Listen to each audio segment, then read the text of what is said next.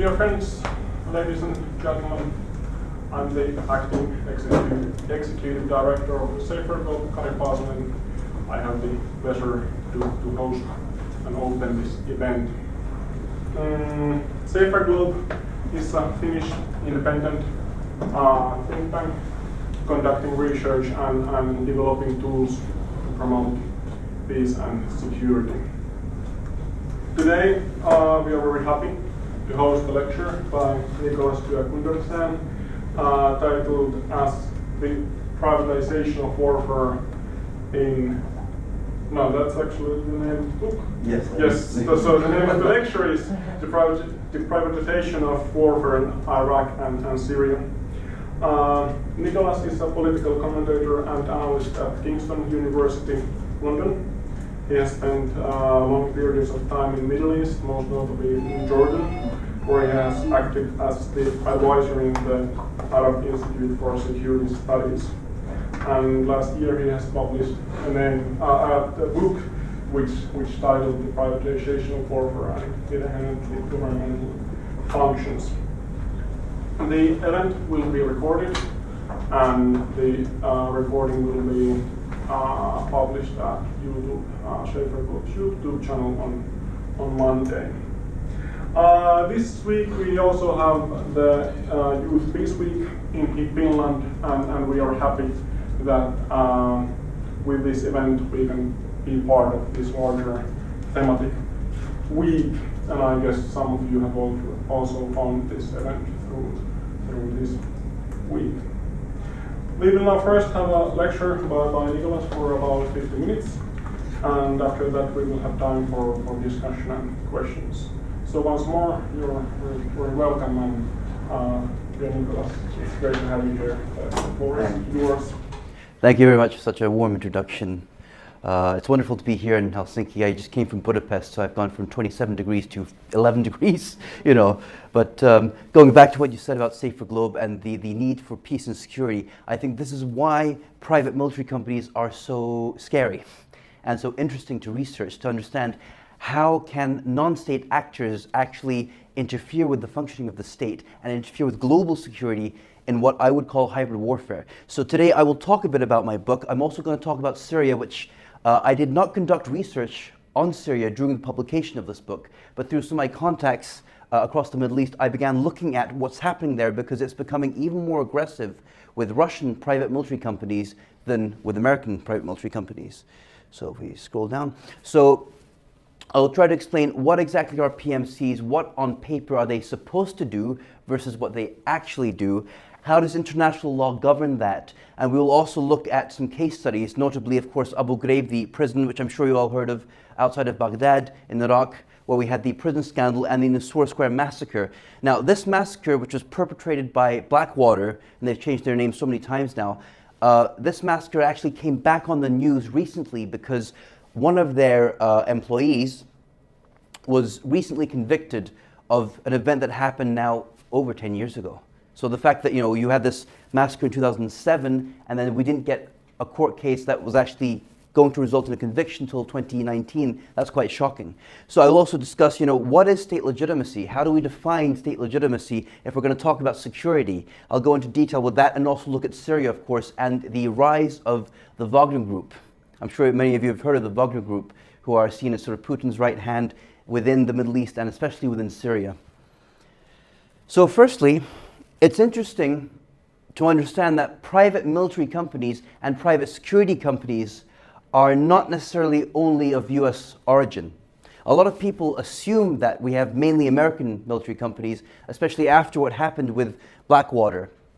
But we also have European private companies, and we also should take into account this includes private security. So within Europe, for example, you have certain companies where they provide security for private banks, private malls. So we're not talking about armed security here, but gradually the market has changed. And in the Middle East, especially after the invasion of Iraq, we saw a surge in private military companies. And in some cases, what's so scary about this is we're talking about, in some cases, a retired US Army general with contacts in Iraq who says, I know that the US needs boots on the ground, I'm going to form a company with my contacts over there and make some money. And that's very scary, because then the question becomes, where is the regulation in that? So the idea that these guys provide protection, okay, armed security but armed protection, they're not necessarily meant to engage in open warfare, hence the term company. And international law, of course, may have various norms governing that or not, which I will discuss in more detail as well. Also, the type of services they provide here. This particular diagram, one of the things that interests me is maritime security. Now, my work has not looked into that yet, but I would like to, because I'm sure you've all heard about the Strait of Hormuz, right? The Iran crisis. Now, recently, as tensions escalated, before John Bolton was fired, as tensions were escalating, in the papers, at least in the UK, they were talking about private security companies providing maritime security in the Gulf. And some of the guys who were hired by those companies, they were told, okay, now if you're a Brit, go home. The Brits don't want like their own people there. Go home. We're going to hire some other people to come in because tensions are increasing. So I think that, again, private security and military security has a lot of different facets. It is highly politicized, whether we like to admit it or not, but it's also very commercial at the same time. So if we look at the case studies in Iraq, Abu Ghraib and Nisour Square, this here is the Abu Ghraib prison, the wall, okay? I think to me it's a very solitary photo, quite a haunting photo, because we have to remember that this prison was used by Saddam Hussein. He tortured and held political dissidents during his rule. And after that rule collapsed, we then saw that the Americans came in and the provisional government or authority came in and they started to use the prison as well. Now, I'm curious, we will never know how social media may have caused this scandal to spread, because what happened was that when the scandal broke around late 2003 to 2004, what happened was that documents or photos were leaked. Iraqis could buy CDs and DVDs with those photos at these street markets in Baghdad. Okay, so Iraqis got to see firsthand, sort of from their perspective, how their fellow countrymen and women were treated, and it was a huge scandal. I'm curious if social media was more prevalent back then, like Facebook, Twitter, how quickly would it have spread back then? This particular scandal saw a focus on both private military staff and also military staff. So we have to remember the armed forces were involved in this. In fact, they were seen as the people who mainly took the photos. Rumsfeld himself, who was defense secretary, said that at the time there were under 40 contractors at Abu Ghraib.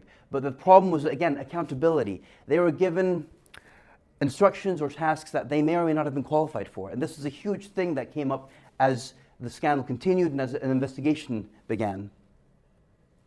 So Casey, which is a company that supplied 30 interrogators, they've actually come back in the news as of last month.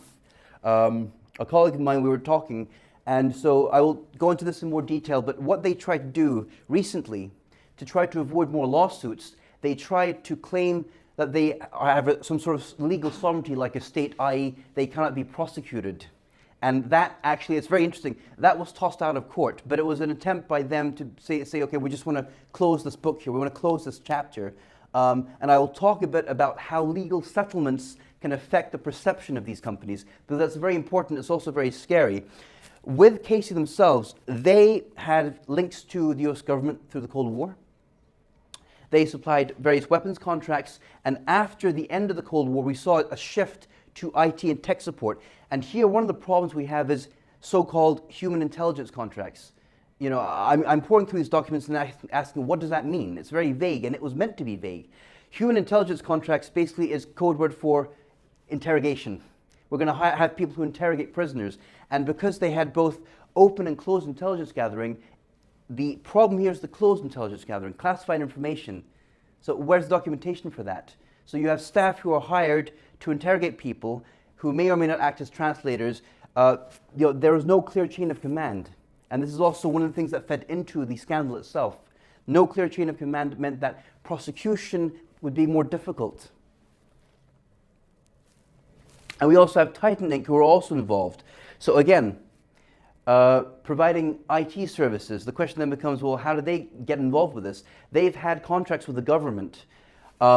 They provided a variety of services, including translators And again, the idea that translators, do you take a translator who is effectively a civilian and you put him in a military prison to work there? How does that work? Well, doesn't that show some sort of overlap of authority or lack thereof? Titan Inc. were very hard hit by the scandal itself. They lost a merger with Lockheed Martin. KC Inc., they have still survived, and they've tried to move on. If you go on their website, they actually have a statement about the Abu Ghraib scandal and basically tried to say, well, look, we had really had nothing to do with this. We were forced to settle out of court, and sort of, that's all they want to say about that. But it's still haunting them to this day. Now, as for Blackwater, one of the reasons I thought it would be interesting to discuss this subject here at SaferGlobe is because last month there was an individual called Nicholas Slatton who was prosecuted for his participation in these crimes, the firing upon of innocent civilians by Blackwater as part of their squad, if you like. Now, I don't know how many of you study international law or not, but let me ask you something. Look at this image. What would you call these men here? Would you call them soldiers? Would you call them employees? I'm asking you, when you see this image, any of you, what's the first word that comes to mind?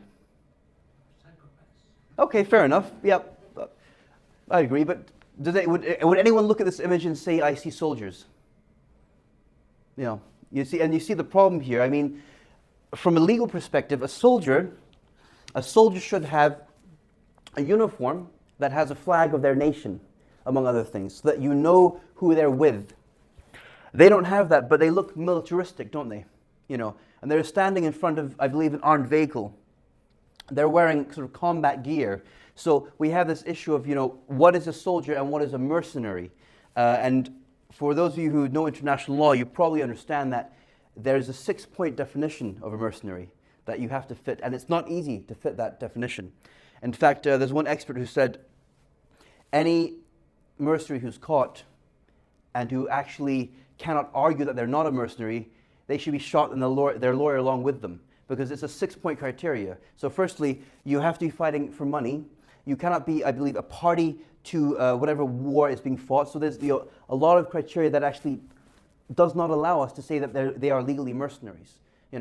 Blackwater and others would probably refer to them as employees or staff, But yeah, so in the Nisour Square Massacre, 17 civilians were killed.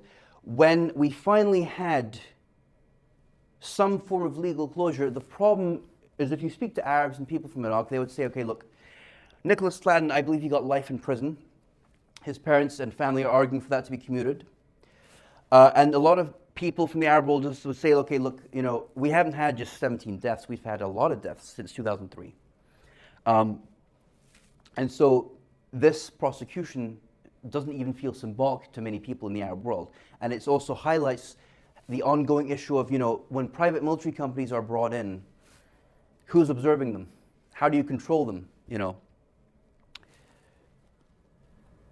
So here's a timeline of events, the Iraqi account of the killings. And if you go through it, you should see that it sounds as if the attack was not provoked by the Iraqis. That, there was traffic, a Blackwater SUV arrived, and at some point during traffic, a passenger or driver, was shot. And when the passenger in his car started screaming, she was shot as well. So it really sounds like there was a lot of confusion, but a lot of unprovoked fire. And this is, I think, it became a symbol for many Iraqis of sort of the resentment they feel towards the interference of the US government from 2003 onwards. In fact, when we were living in Jordan, my wife said, Jordan was used as sort of an outpost because they're next door to Iraq. So they were used to support the 2003 war, logistics, missiles. If you were in the capital, you could hear and you could feel the missiles. Like my wife said that when missiles were being fired into Baghdad from Amman, like the whole apartment that she was living in was shaking. Yeah. So trying to understand what is the public perception of these companies, certainly after Blackwater occurred, or Nisour Square, occurred, this is especially when a lot of people started to ask, okay, what are these companies? What are they doing in Iraq? Who are they? And of course, we have here a little timeline, which again shows lack of accountability. So parts of the case were dismissed due to so-called tampered evidence. Iraq, there was not much they could do, and this is a problem because Iraq's governments, as you might understand, it's very, very fragmented. It's quite structurally weak. So all they really could do is they withdrew a license for Blackwater to operate that was already expired anyway. So it was seen as a symbolic gesture. And at this point, we start asking, okay, what can we do with private military companies? Is international law enough? And there are some who argue that it's not, that right now, international law, it revolves around the international system, which is built of states. It's made up of states. So how do we govern non-state actors who can start to actually become more powerful than a state, depending on which one we're talking about? And so in my book, I tried to explain the idea of getting government, civil society, and industry involved. And the problem with that, of course, is to get industry involved, it has to be voluntary. And I've spoken to, in Geneva, when I was doing research for the book, I've spoken to NGOs where they said, okay, look, if we get private security companies involved in trying to draw up a code of conduct and regulation, they'll do it, but only on their terms. You know, they would argue that you need us because we're in the field every single day in Afghanistan, Iraq, Libya now, Syria. So we know sort of, you know, what dangers there are or are not, and what the limitations are. But of course, if you don't want to you know, play their game, they're not going to get involved. And I remember there was, I believe I think it was the Montreux document and a few others where private military companies have not been willing to sign this voluntary code of conduct if they are referred to as private military companies. They said, no, refer to us as security companies, otherwise we're not doing this. So that becomes a problem. And I will talk a bit about the Montreux document as well, what that should mean for international law. So again, the point here is accountability.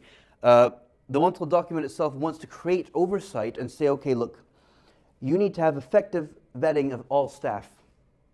You need a licensing regime, a contracting regime, and to show what tasks are permitted or not.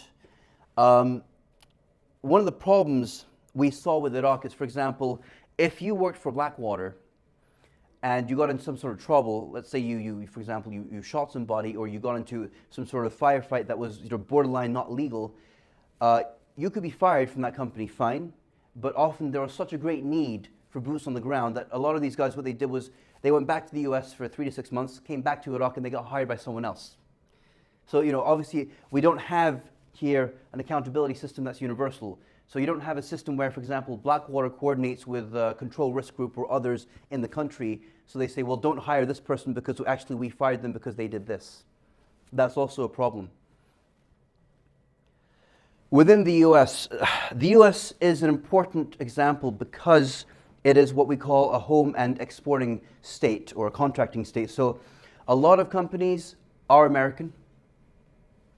And at the same time, it gets complicated because you've got American companies. You then have the United States government that hires American companies who then go to Iraq. You then have American companies hired by, for example, France, the UK, NGOs, private companies who also go into Iraq. So the US is a country that has, or it creates, if you like, private military companies, and then it exports them into Iraq. So from that perspective, there's a need for the US to get more involved. And again, we see one of the things affecting involvement is come on, profit. I mean, 160 billion. That's a very sad, powerful number, $160 billion. And that's from 2007 to 12. I haven't included Syria, I haven't included Afghanistan, but you see, it's a lucrative business. It's a huge business. And so regulation is still lacking. What the US has considered before is they said, can we apply military codes of conduct to these companies? So there's one particular law called the Military Extraterritorial Judicial Act, which argues that if you as a US soldier are abroad and you commit an act that would be a crime back home, you could be prosecuted. So that sounds interesting, but the problem is private military companies do not consist of soldiers anymore.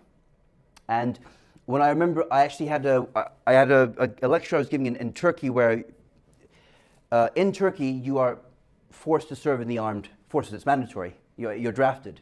And I remember when I was giving a lecture, someone came up to me and he said, you know, one of the issues with PMCs is the idea that they are a drain on the armed forces. So what they do is they would hire retired soldiers or soldiers who are at their peak and say, we'll offer you more money.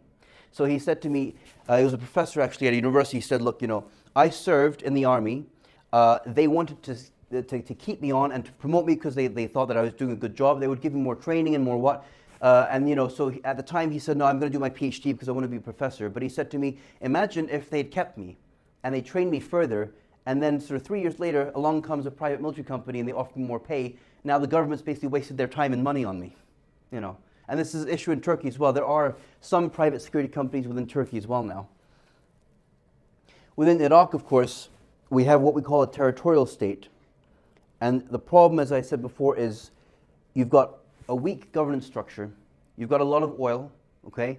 And the thing is that the oil is still a huge profit for many, many companies. I mean, I've had the, should we say, the pleasure or the prestige, if you like, or the advantage of sitting in on some meetings where we talk about Iraq at various institutes. And at some of these meetings, not all, but some, the most people who are there are oil executives, not academics.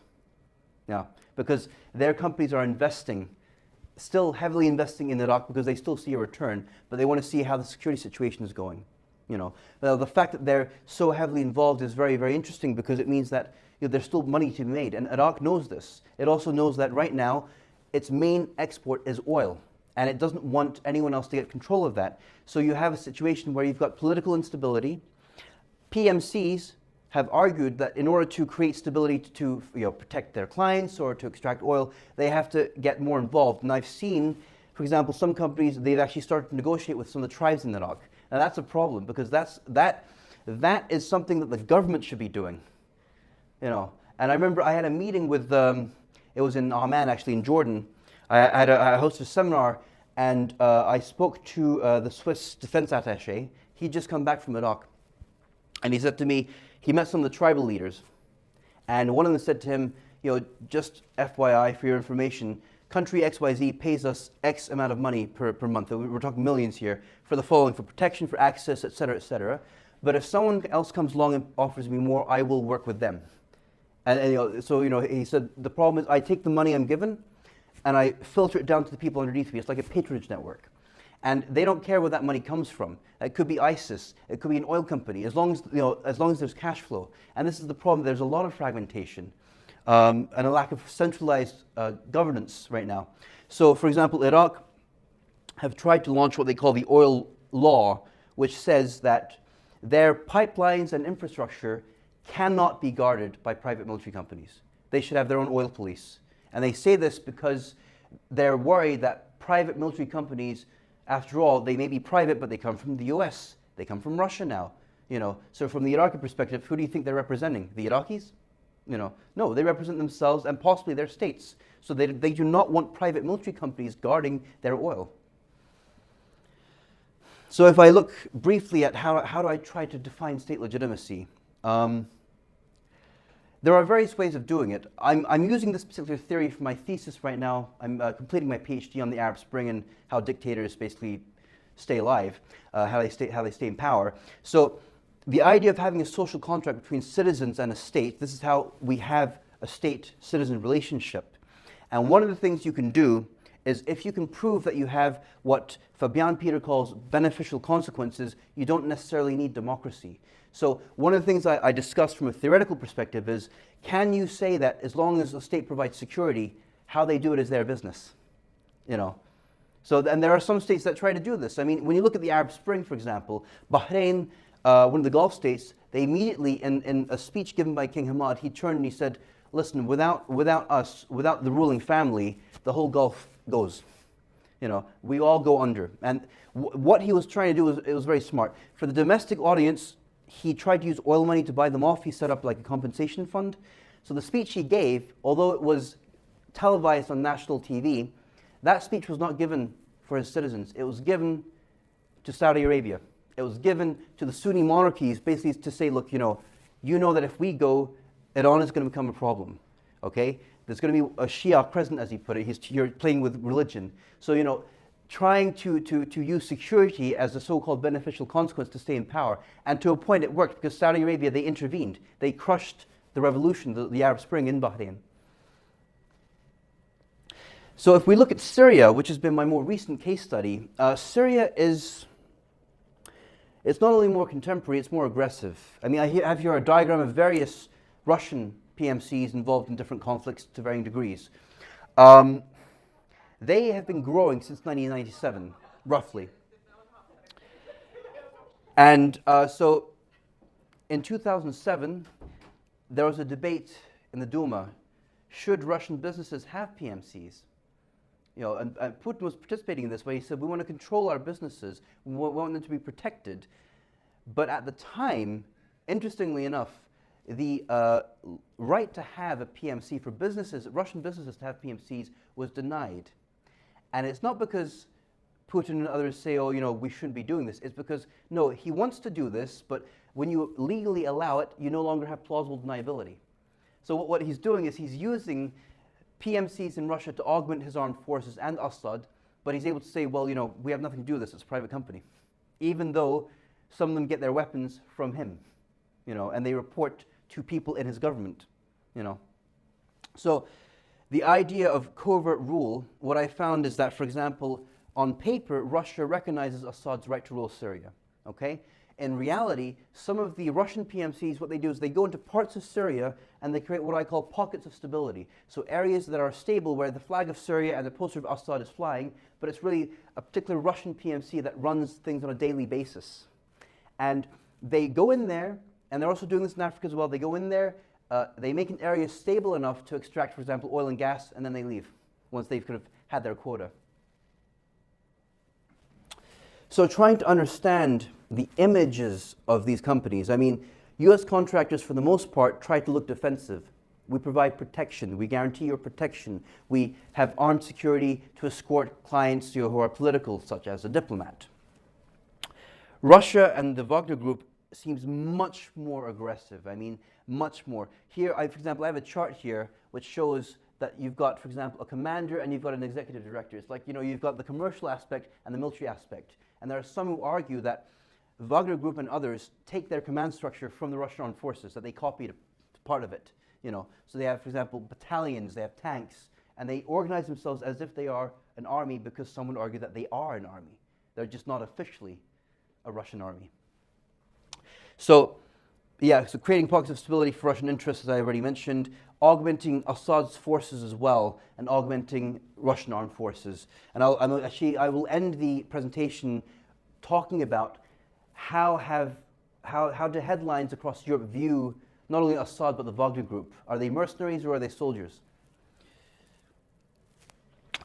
We do have what I have termed militarized resource companies. This goes back to what I was discussing earlier. So, for example, maybe some of you have heard of Gazprom, which is a big gas giant of Russian origin. So the idea that they could have their own military, their own security forces, the idea that a resource company has the right to defend itself and to be armed.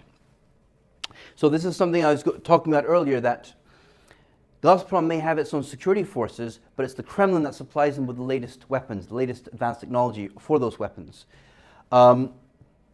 We see also Russia heavily involved in Syria, of course, for their own interests. I mean, you know, Assad would not really have survived without Russian support and with China's to an extent.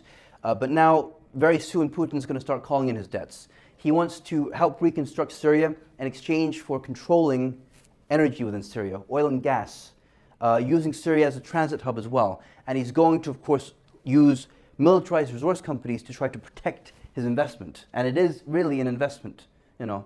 It's about power. I mean, have you seen recently, was it 2 weeks ago, Erdogan, you know, Turkey's Erdogan visited a Russian air show, Moscow, and Putin bought him an ice cream. I don't know if any of you saw that. And there's a scene, I mean, if I was Erdogan, I would have been furious. It was a terrible PR disaster. So Erdogan's standing with Putin, Putin's buying an ice cream, and Erdogan, because he doesn't have any Russian rubles on him, he's forced to say, well, are you going to pay for my ice cream too? And of course, and he's like, Putin says, yeah, of course, you're my guest. He pays for it, and then he says to the ice cream server, could you please give the change to the Ministry of Aviation over there? And the whole point of this exercise is it was a demonstration of power to for Putin to say, this is my kingdom, I run this. And he wants to do the same with Syria. So if I go back to Iraq to try to understand what are the perceptions of military companies within Iraq, within Baghdad, my analysis was quite interesting. I found that there's a lot of discourse surrounding what happened with Abu Ghraib and within Nisour Square as well. Most PMCs, as I said, want to be seen as security companies. They want to be seen as private security companies, not private military companies. And a lot of headlines actually used the term private security company, but almost ironically. So for example, private security company found guilty in slaughtering innocent civilians. Private security company found guilty in Abu Ghraib abuses. So it was meant to be like a juxtaposition, not exactly what the companies want.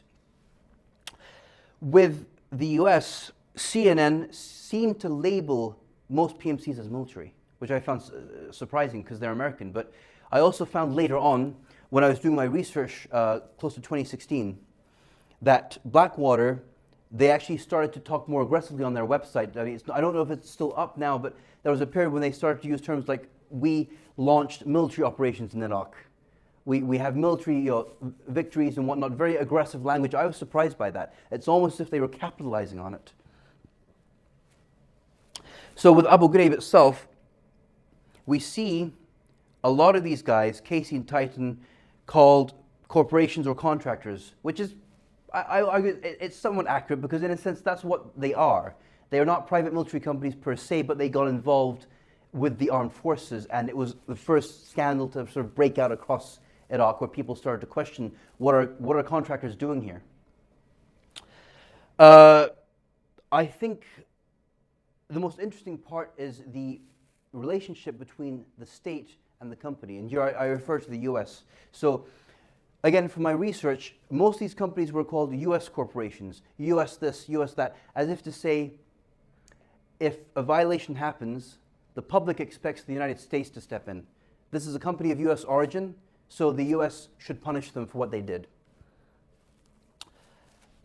Casey, a defense contractor, this is a very interesting point. Casey were referred to by the BBC as a defense contractor in headlines where they discussed settling out of court. And of course, when they settle out of court, what does it mean? It means the victims cannot talk about what happened. But I find it very interesting that as of last month, we're trying to block another court case. It means it's not over for them. And it means that they're still being haunted by this image. So, you have the idea of who's responsible. Is it the company that's responsible? How can you prosecute that company? Can you prosecute a whole company under international law? Not really. So who do you go after? You go after the employees. What about the state? How is the state responsible if it's a US company? How can the state step in or not? And it seems that the public expects that a state should basically control their companies. If a violation happens, they should step in and punish that company. Trying to understand Russia and the US, I think this is very interesting. There was a battle called the Battle of Hashem in Syria very recently. So it was a firefight in Deir ez-Zor in Syria between Russian and Assad forces and US troops. What was ironic is, both Russians and Assad and the US have battled ISIS. And they were in a territory where, so they'd both been fighting ISIS, but now suddenly they were shooting each other.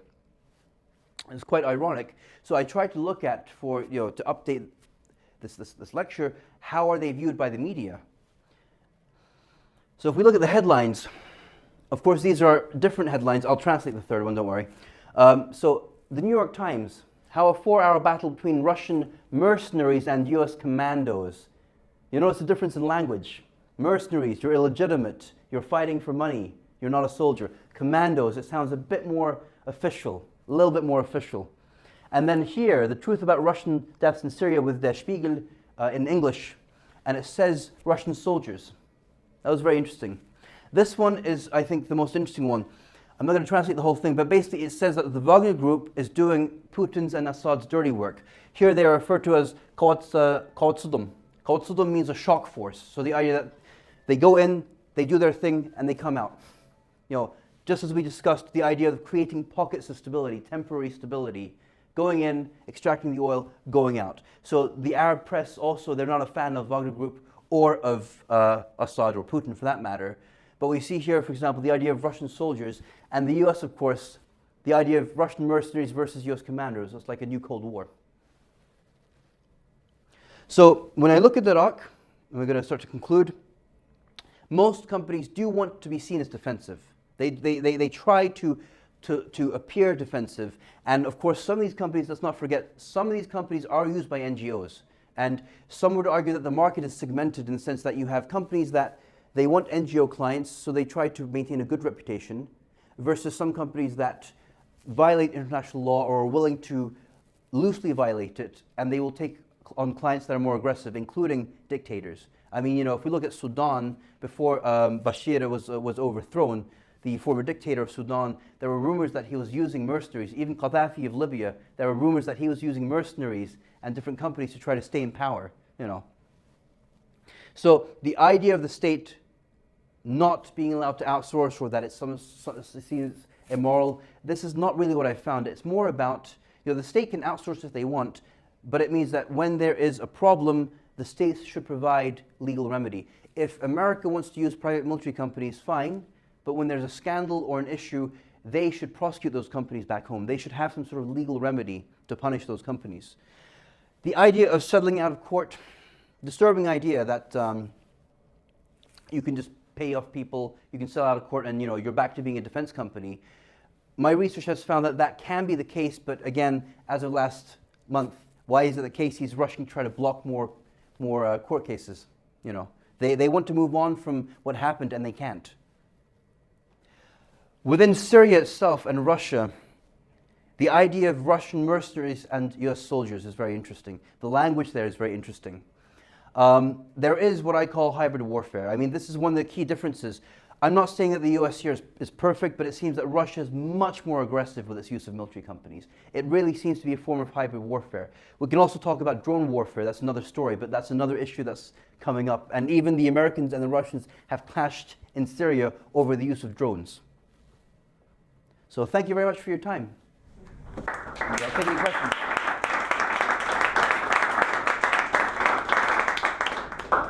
Thank you, Nicholas. Then we'll have some good time for discussion. So are there any comments or questions in the audience? Yes, please. Thank you. My name is Nicolai Due-Gundersen. Thank you for the interesting lecture. My name is Nicolai Due-Gundersen, and I'm also doing a PhD in Tampere University on private military companies. I just wanted to ask your opinion, because I've begun to think that we actually should figure out a different term for these Russian actors, because in the West, military outsourcing began as, well, it's a continuation of other outsourcing that's done in the public sector, and it's done to get savings, create more flexibility, and regardless of what contractors actually do on the ground, these are legitimate independent companies that do pay their taxes and are registered somewhere, whereas these Russian actors,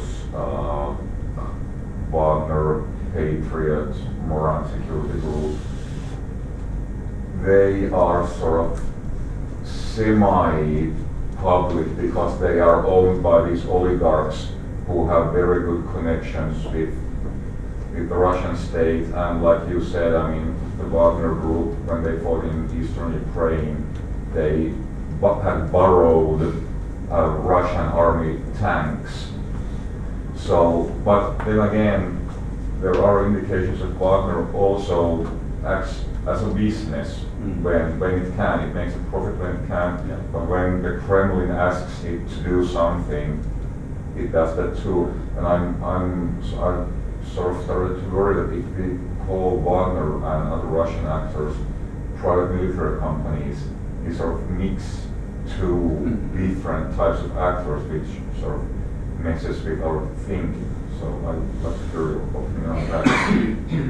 That's a very good point. I think this goes back to the idea of hybrid warfare, and perhaps there are two things we can do. Firstly, we can try to come up with a new term for these companies. Perhaps we could even call them hybrid warfare companies or hybrid military companies to distinguish between, or to create a term where we say, okay, they both do the state's work indirectly and their own. The problem is, some would argue that, again, under international law, we now need even more norms. So one of my colleagues, E.L. Gaston, argued that we need new norms to govern private military companies, so that it's not just the state. Well, now with Putin's Wagner Group, maybe we need to govern hybrid companies as well. And how do you do that? In a sense, the fact that these companies exist and are in Syria, sort of just openly, says a lot about sort of the weaknesses in the international system, the structural weaknesses there. Putin, he's doing what he wants to do, He may deny it on television, but he's doing what he wants to do. I think it's part of who he is. It's part of his personality. He's a person who wants to project power, and he does that both domestically and regionally. And Syria is his sort of regional case study for the Middle East. That's where he's going to make his mark.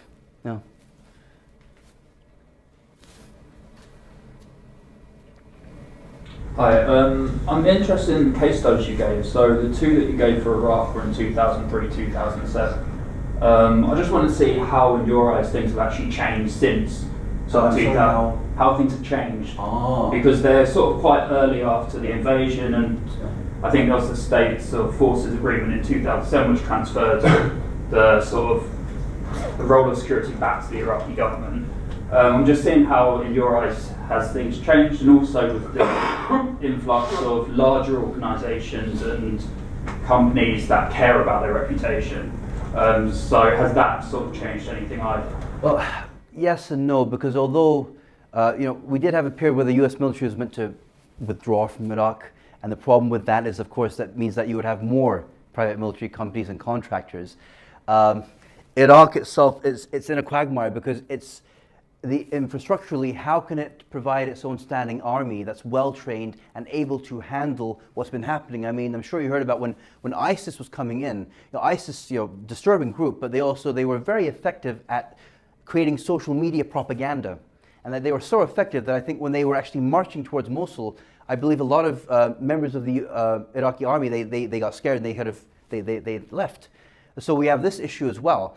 I also think, unfortunately, what's going to happen is we're going to see some of these guys move into Syria, they already have, and Libya. I'm also curious if, disturbingly, another step that might happen is the privatization of detention facilities. And here I'm referring to the refugee crisis. There's now certain countries in Europe, Eastern and Southern Europe, and others who are turning around saying, well, we don't want to cope with this. And I'm sure that, unfortunately, the next step is that companies may say, well, we already have the equipment and resources to protect a large group of people, to run detention facilities. Why don't we just privatize in country, in Syria and other places, facilities where we're paid to keep people from leaving? Now, I'm not saying that should happen. I think that would be morally terrible, but I wouldn't be surprised if someone says, let's do that, because, where's the accountability here? It's about supply and demand. And going back to, the invasion, I mean, private military firms, they gained a boost from the invasion because the US just didn't have enough soldiers. They didn't, and they hired, for example, one case study, Custer Battles. They were given a contract they probably should not have been given because they promised to have a certain number of boots on the ground within 2 weeks. And so the US government was like, okay, great, we need that. Here's the contract. So it's very sad to see what's happening in the Middle East, but there you go. Some more questions, comments? Maybe, yeah, please. I'm actually curious about Saudis and the Emiratis. Where do they come to play in this? I know that the UAE has been showcasing its new weapons and it's starting to become quite active on that front. Do you ever hear about private companies coming, or private military companies coming from these countries? Do they have a presence? I'm actually quite curious as well to see when you said that sometimes they go rogue, private military companies. How is that affecting US-Saudi relations? If they're allies, is there any effect there? Well, I mean, if I talk about the UAE for a second, because that was part of it, what's interesting about the UAE is, for example, Blackwater, Eric Prince, who founded Blackwater, he has an office in Dubai. Yeah, so he was training their police forces. One of the things that we're going to see, when we talk about the UAE, and especially Saudi Arabia, they do want to, someone like Mohammed bin Salman wants to flex his regional muscles. But in the meantime, they have another problem, the Arab Spring. And so what's happening is that some of these countries are actually turning to private military companies and saying, okay, train our forces directly and indirectly so we can contain our own people in the long run. That may become a bigger issue that they will sort of occupy their mind. There are some Saudis within the government who do not like what happened with MBS. They don't like that they got involved in Yemen. It's, setting aside the human collateral, which is terrible, from a political perspective, you've got this 32-year-old prince who wants to show that he can be a military man, and I think that he overstepped the mark. It also probably says a lot about the workings of the Saudi government and the royal family. It's a big family. I'm sure a lot of people did not want him to have that job in the first place, so he feels that he has to prove himself, and it's starting to backfire. I'm not sure if they've been sending private military firms into Yemen per se. Wouldn't surprise me, but I think that it's more, there's also the symbol. It's like, for example, if you are a crown prince and you send your forces under the royal banner into battle in Yemen, that's very different from sending a company. I mean, the symbol is very different, the political symbol, because the armed forces, in a sense, within the Middle East, they belong to you. You are their supreme commander. Whereas if it's a private military company, even if they're indirectly linked to you, like with Russia, it doesn't have the same prestige, in inverted brackets, so. If I can just add to that, Saudi Arabia actually also has there's a long history there also, because back in '74, the Saudis asked the US for help in training their military, but for political reasons the United States couldn't go in and send armed forces personnel to train the Saudis. So instead it was organized so that the US paid for the Vinnell Corporation, again staffed with former American officers, to go to Saudi Arabia, and they started to run the National Guard modernization program, which is basically the corporation helps run the whole Saudi National Guard, and that contract is still ongoing. And Saudis do this stuff as, I think it was Saudis, because at least one very high Finnish, I think he was a general, was actually also recruited to Saudi Arabia or one of the other Gulf countries to act as a trainer. So Saudis also have, they have a tendency to throw money at problems. So if a problem is an untrained army, yeah, you throw money at the problem. The Gulf does that. I mean, they can afford to, Although, if I may build on that comment, one of the things I've noticed though is Arab states have to be careful with how much they outsource in a way that the Americans don't, because since the beginning of Arab states, there's been the accusation of foreign interference. And when I lived in Jordan, for example, in the 50s, there was this rising nationalism where you had monarchies in North Africa and other places overthrown by Republicans who said that the monarchies are corrupt, they're pro-Western. They're not just pro-Western, they're puppets of the CIA, they're puppets of, So in Jordan, for example, there was a rumor that King Hussein, who was the previous king, that he worked with the CIA and he was paid in cash in envelopes delivered to his palace. Yeah, so you see the problem here is when you've got that kind of background, and some of it's probably false, some of it's probably true, as a king, you have to be very careful with how many expats or foreigners you let in to train key positions because of the image it creates. It's like, we're letting people train our armed guards, but can we trust them? Why aren't we promoting, for example, Saudi generals or Saudi officers to these positions? Why are we bringing in Westerners? The answer could be that they're not trained for it. But you see the problem is a catch-22. We've also, for example, in some cases, I remember I spoke to one individual who said that if some of these guys are sent abroad, then what kind of ideas are they going to bring back from abroad? I spoke to a colleague of mine who works in military intelligence for a particular state, and he said, in the Russian army, the people who get promoted the fastest are those who've never been abroad. Because the moment you go abroad, you're exposed to ideas like democracy and freedom, and they don't want that. I'm sure that with some of the kingdoms and the dictatorships across the Middle East, it's the same. I think there was a question or a comment. Yes, I'm coming from a peace organization, and we are tending to campaign on how our governments should do right things. And one of course, the keys are how the military should obey the rules of law, etc., which we all here know. So now I'm starting to think, if you would like to think around a little bit about what could be done to this problem. With you been explaining, what is the kind of set of rules or international law that could tackle this kind of, because of course this has been created a little bit to go around the rules of war. So how could we somehow put an end to that loophole, or what is there's no easy solution, but again it comes back to, if we're going to talk about the international system, having norms of international law that recognize hybrid warfare, private military companies, hybrid companies, and that are also willing to prosecute. Because again, we see, let's say with the UN, when certain things are going to go through, there are countries that have the power to veto. And I can imagine that, you would have that happening with this as well. I mean, so that's one. I see also the other thing is, going back to what we were discussing about the image of the West within the Middle East, I would say another thing is when soldiers and others are going in, another thing is to try to understand the culture.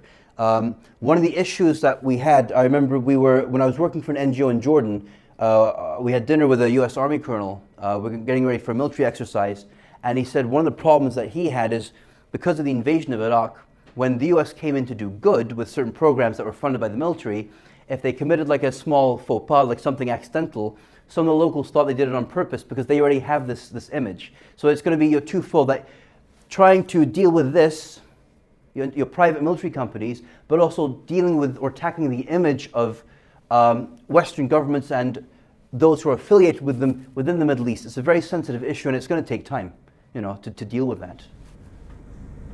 Yeah. If I may pose a question, how do you see the future of private military companies? You have already said something about it, but do you see that they are taking more that kind of tasks which states have done earlier, or do you see more regulation? And also, how do you see the role of media? Is that what media should do? Is it aware of this thing? What do you think? Well, I think firstly, when it comes to private military companies, sadly, we're going to see that they continue. A lot of states, the international system only works if most or all states are on board, and a lot of states will not be on board because they see this as an advantage. On top of that, we now have drone warfare. And the scary thing is when, for example, if you have a private military company that not only operates drones, but they may manufacture them and maintain them, and the government has a contract with these people. So on paper, the government, for example, buys X number of drones to be used by the US government, but it's a company that maintains the drones, that sells the drones, that sometimes even flies the drones. And they're meant to, for example, through my research, I saw how some drones are meant to be flown by someone from that company, but the person who's going to pull the triggers is meant to be with the US Armed Forces. It doesn't always happen, In terms of the media, I think that, especially now with social media, we can make people more aware of what's happening. And also, I think to break down the idea that, I think that there's this idea in the West that what we do over there does not come back over here. That is simply not true. I think that we also have to make our own governments more accountable. I mean, for example, why is it that Britain and the US can sell weapons to the Saudis? 20, 30 years ago, that would have happened in a vacuum, or more so. Now at least people are becoming more aware of it. Sometimes you even have protests outside the Saudi embassy in London. So people becoming more aware, and media also being more socially responsible to shed a light on what's happening with these companies and how they're evolving and who's hiring them. No, definitely. We still have time for some questions or comments if there are. If anyone wants to come up and ask a lecture, that's fine too. Yeah, but if there are not any in mind at the moment, so I thank you very much for the very interesting lecture, and I thank for the audience for comments and for participation and for interest in this topic. And so, thank you, and so much. All the best for the coming fall.